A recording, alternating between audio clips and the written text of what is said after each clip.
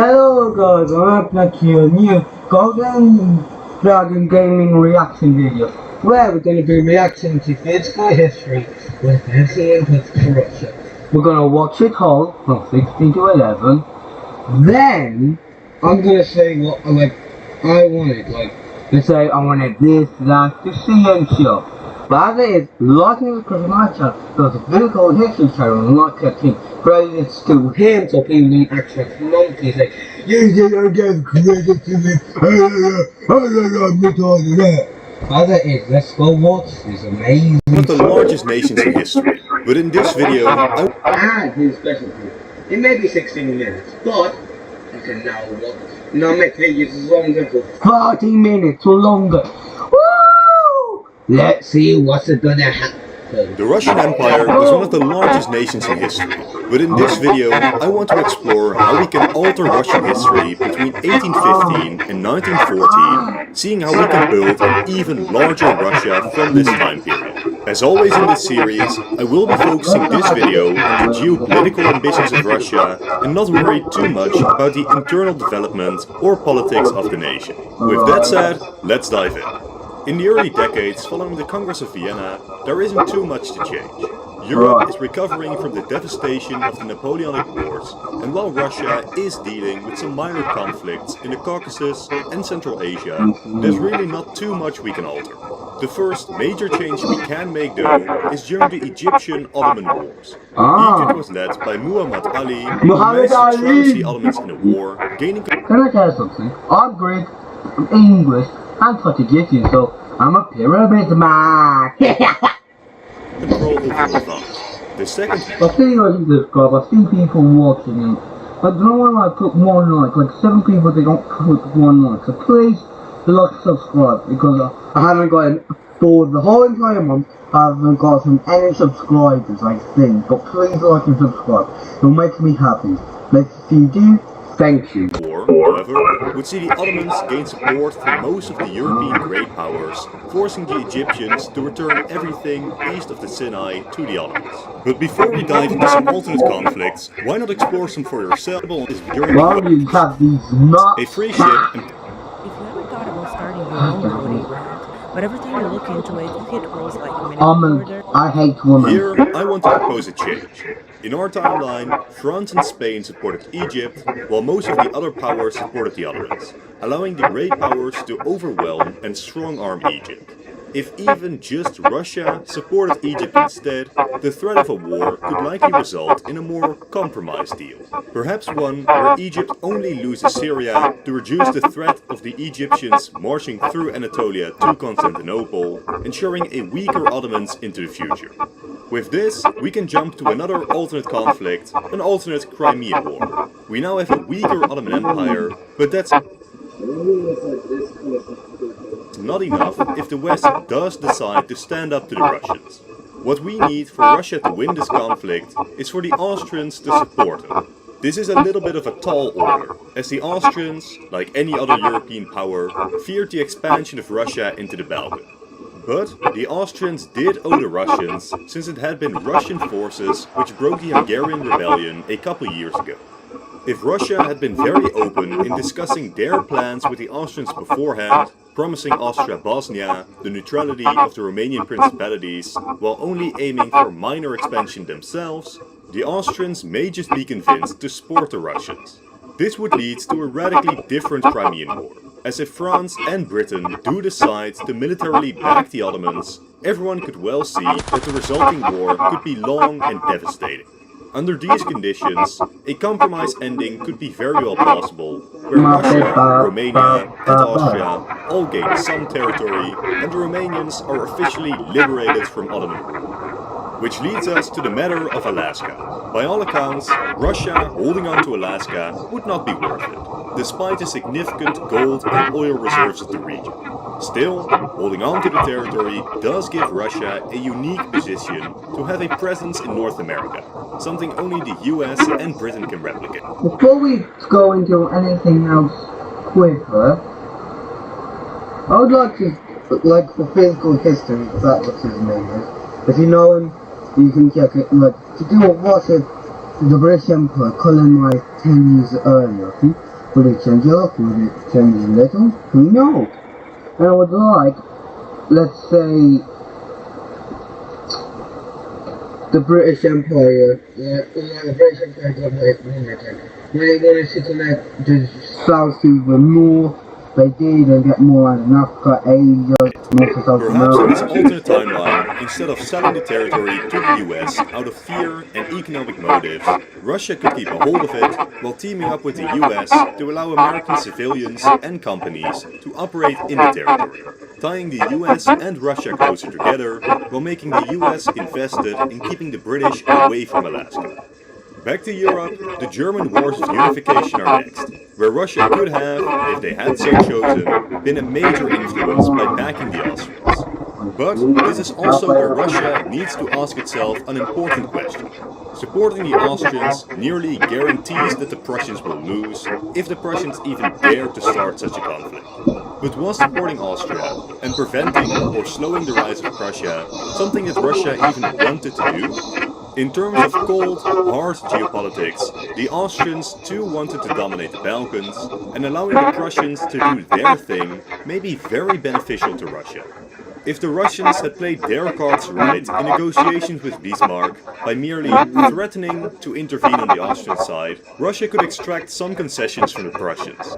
When the time comes for the Austro-Prussian War, the Russians managed to extract some economic concessions and perhaps the secession of some minor territories like Memel or land in Poland.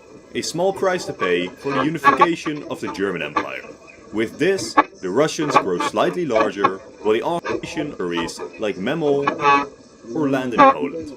A small price to pay for the unification of territories like Memel or land. With this, the Russians grow slightly larger, while the Austrians are crippled, much like in our timeline. But tick-tock, it's beating up on the Ottomans o'clock. With the steady decline of the Ottomans, holding on to the Balkans has become impossible, as revolts become a more common occurrence. The Ottomans were brutal in keeping these revolts down, and even France and Britain were realizing that keeping the Ottomans as an artificial balancing force in Eastern Europe was an increasingly unrealistic task. The severe and cruel reaction to the revolts did little to endear the Ottomans to the rest of the great powers, and the time was ready to change the borders of the Balkan a bit. In another Russo-Turkic war, the Russians were going in to liberate the Balkan. Militarily speaking, they would have been able to capture most of the Balkan, including Constantinople, but this would have sparked war with the other great powers. Much like in our timeline, Russian gains would be relatively minor, but the real prize is the full independence of the Balkan states, most notably Bulgaria. And in regards to Bulgaria, I want to make a couple of major changes. In our timeline, Russian-Bulgarian relations declined post-Bulgarian independence as Russia focused on Serbia as their vessel for pan-South Slavic ambitions, while the Russians and Bulgarians both have ambitions on the Bosphorus. Relations further strained when Bulgaria sought unification with the autonomous region of Eastern Rumelia, which was still under Ottoman control. Russia, not willing to upset the other great powers, didn't support this unification, even retreating Russian military officers from Bulgaria, something which became very painful when Serbia invaded Bulgaria, a war in which, again, the Russians did nothing to even diplomatically support the Bulgarians. In this alternate timeline, I want the Russians to at least somewhat support the Bulgarians in their unification, with calls for support becoming louder when it became clear that the other great powers weren't going to stop it. From here, Russia would need to take on the, admittedly, difficult role of overseeing the relations between Bulgaria and Serbia, ensuring that the two South Slavic states become allies rather than rivals in the Balkan. But we have been focused on Europe. What's happening elsewhere? The scramble for Africa could have seen some Russian colonies if we really wanted to, but there's really no point for Russia to get involved. Let's say Russia does secure some colonies, they simply don't have any good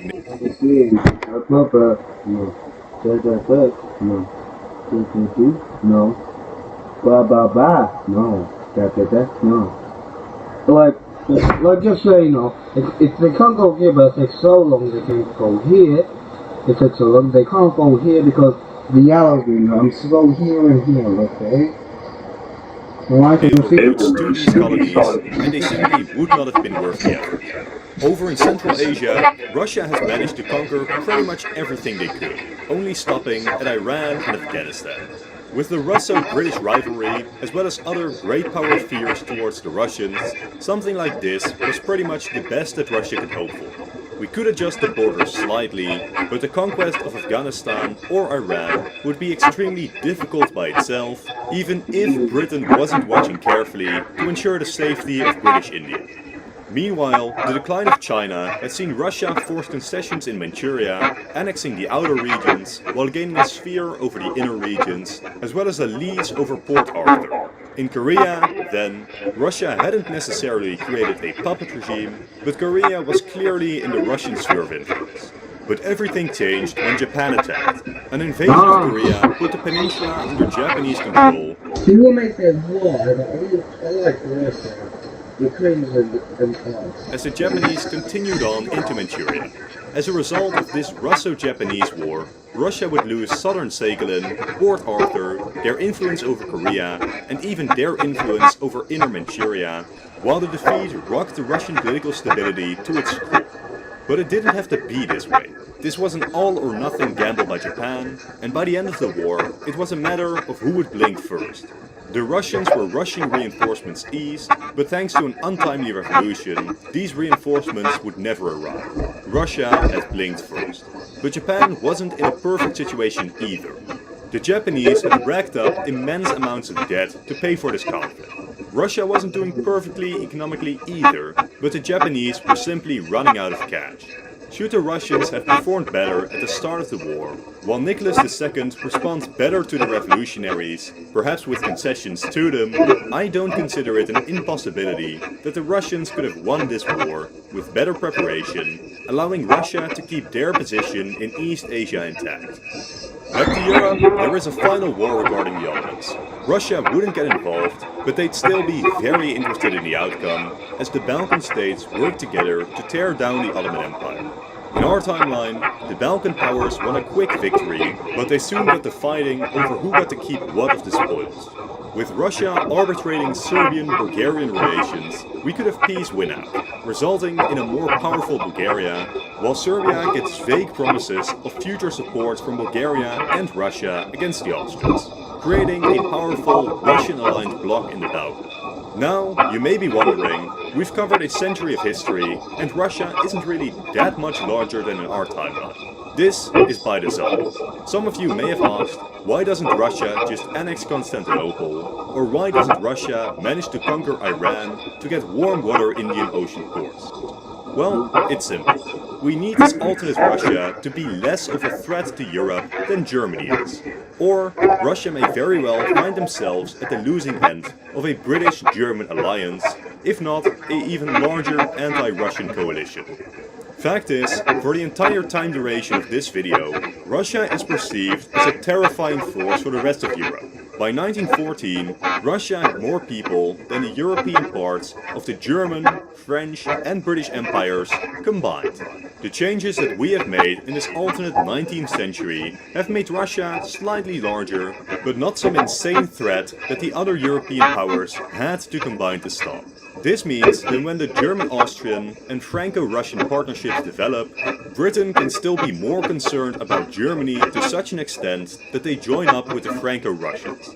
With this, the rest of the video was simply a build-up to this final phase, an alternate Great War. By no means does it have to start with the assassination of Franz Ferdinand, but somewhere, somehow, the Great War still erupts. Initially just between the great powers, but soon joined by minor nations across Europe. Here, a major change we have created is in allowing the Bulgarians to remain in league with the Russians, ensuring that they join the Entente. This allows Bulgaria, Russia and Britain to put major pressure on the Ottomans. I have little hope that the Ottomans can stand up to this barrage long term, as they become the first Central Power member to collapse. Meanwhile, the Serbian front has also changed, as with Bulgaria now on the other side, the Germans and Austrians would have a much harder time pushing through, and even if they do, the mountains of Macedonia might prevent a full Central Powers occupation of the Balkan. All of this, especially the collapse of the Ottomans and the capture of Constantinople, leads to a much more enthusiastic Entente population, which is very important for the Russians, who were facing defeats on their home front still. With the fall of the Ottomans, this war would essentially just be the two Germanic brother nations against most of the world. If Nicholas II is more competent and the Western powers use the opening of the Bosphorus to assist the Russian militarily, but especially their population, I don't consider it an impossibility that Russia manages to hold out, since it's clear to everyone that the Germans will lose this conflict eventually. Especially if the desperate Germans do something stupid to get the Americans involved, which would really put a nail in any hope for victory, the Germans, sooner or later, would see themselves and their alliance collapse. With this, the spoils of war need to be divided. Let's start with the Austrian Empire, which gets divided in a roughly similar way to our timeline, with one crucial difference: Galicia. Galicia consists of two regions, with one Western Galicia, primarily inhabited by Poles, and Eastern Galicia, primarily inhabited by Ukrainians. Now the big issue is, neither of these nationalities have a nation to join. So I propose that we revive the idea of Polish autonomy within the Russian Empire. Poland remains part of Russia in military and foreign affairs, but they regain many rights of self-governance. This allows Russia to expand farther without upsetting the other great powers too much. Besides, with Russia's proven importance and resilience in the war, the Allies couldn't refuse their expansion. Another potential region that Russia may claim is Carpathia-Ruthenia, another potential region populated with control over Constantinople. But in reality, this was not really something the West was very enthusiastic about. Perhaps a compromise could see the region fall under Bulgarian control instead, still giving Russia more influence, but not full control. In the east, Russia seizes areas of Armenia too, and with Russia involved, I have no hope for Turkey to win their war of independence, as they get carved up by their opponents. Finally, we take a look at Germany, which loses much land to the Russians and Poles. Though, with Poland part of Russia's empire, it is less important for Danzig to be ceded to Poland, resulting in a still unified European German territory, though it now looks terrible. Finishing with a western change of territory, I will conclude the scenario here. Russia is the great Eastern European behemoth, the champion of Pan-Slavism. Still, not all is well. Russia is still underdeveloped compared to Western Europe, and the future of this world is now uncertain, as the Russian Empire, with their ever-growing population, has to come to terms with a changing world order. But that's where I'll end this video. Thank you all for watching. I would just to support him on Patreon, like and join his Discord. That video will actually interest me. It shows how perfect the Imperial Russian could have been. I liked it, I really watched it for its history. Possible history actually, sorry.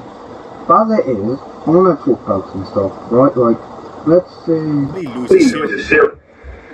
Since it had been Russian for decades, while only like, they let Russia expand into Balkans. plans for the Austrians themselves. Like this, they expand. I want it to be like, you know, there's Romania, there's a part. I want it to be the Austrians are more like competent or like more willing to give more land to Russia and give this part. No. Then they get more land, and I want it after this, but to get the population increases by 15%.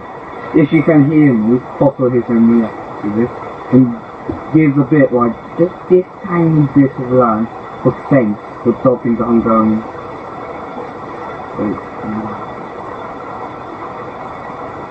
They keep Alaska. Yeah. Supporting Austria, with Russia the Russians have some economic And I think Russia, concessions, and perhaps the Russia would give like, you know, Kaliningrad, the land here that Russia has in it, in Europe, Russia gives it to the Russians, right, as like, I mean, like, they get more land and it doesn't matter if they lose. And like, okay, where we can go, West of Afghanistan, this, everything they could, See, look, they get only land stopping at long down. Look, I wanna, it's like they get more land like this part, but they don't connect like this part, boom, and then boom, boom, boom, boom. That much, if you can like follow like, boom, boom, boom, boom, boom, boom, boom, boom, okay?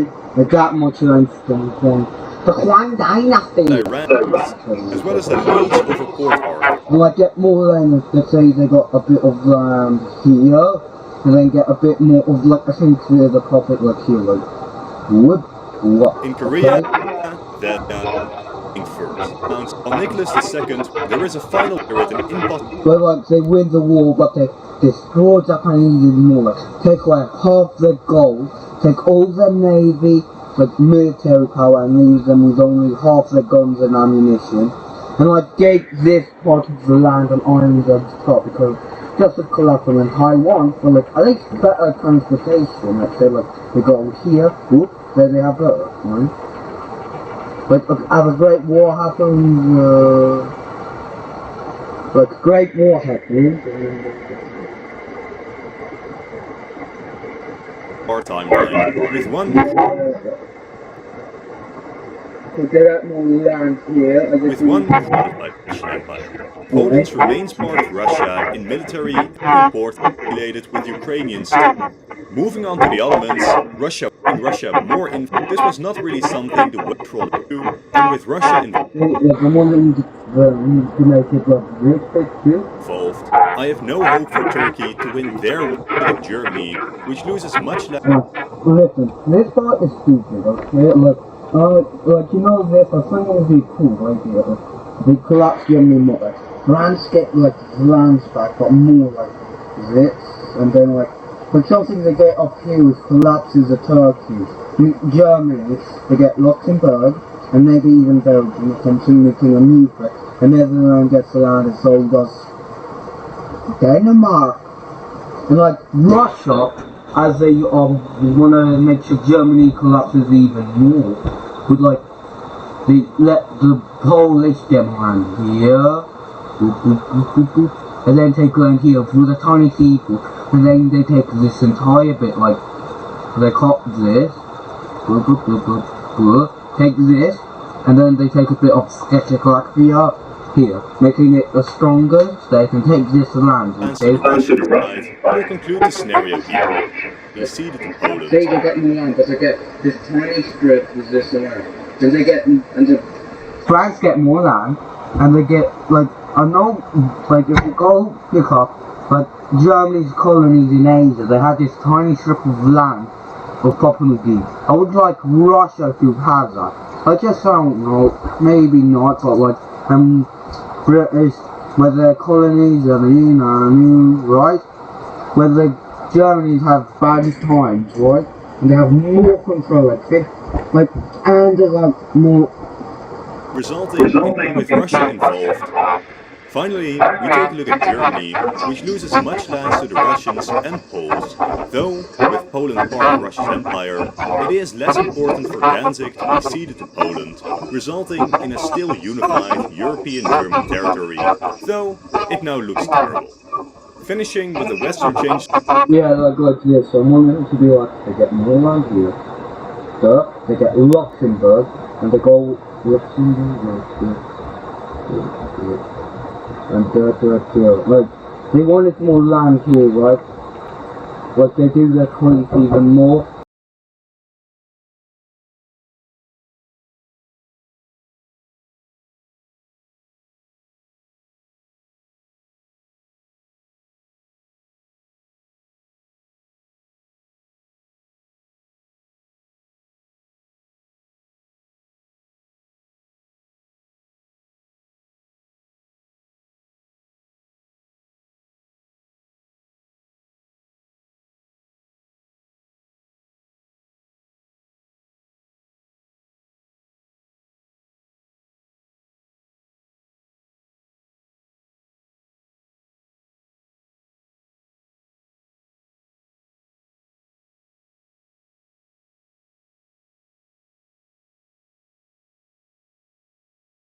Sorry guys, my dad came in, but like, see, it wants to be like, they get tiny a seaport here, land here, and then here.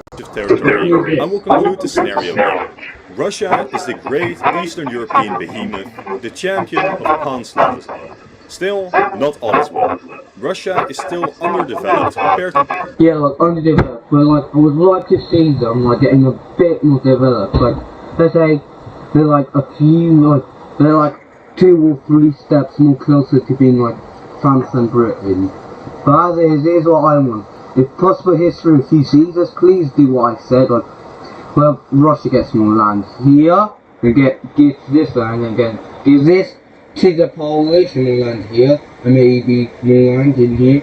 And like, France, like, bankrupts it by getting Luxembourg, like, and getting this. But, and I heard France wanted to take more. West will be open that the German and even we've covered it. And like take more, like they take Taiwan and this bit of the island, right? And maybe this land, right? Which I would like to see, and like maybe like Britain could take like, I want Namibia, Tunisia, and this Stony Strip and parts of these, and okay, and Russia gets this, which.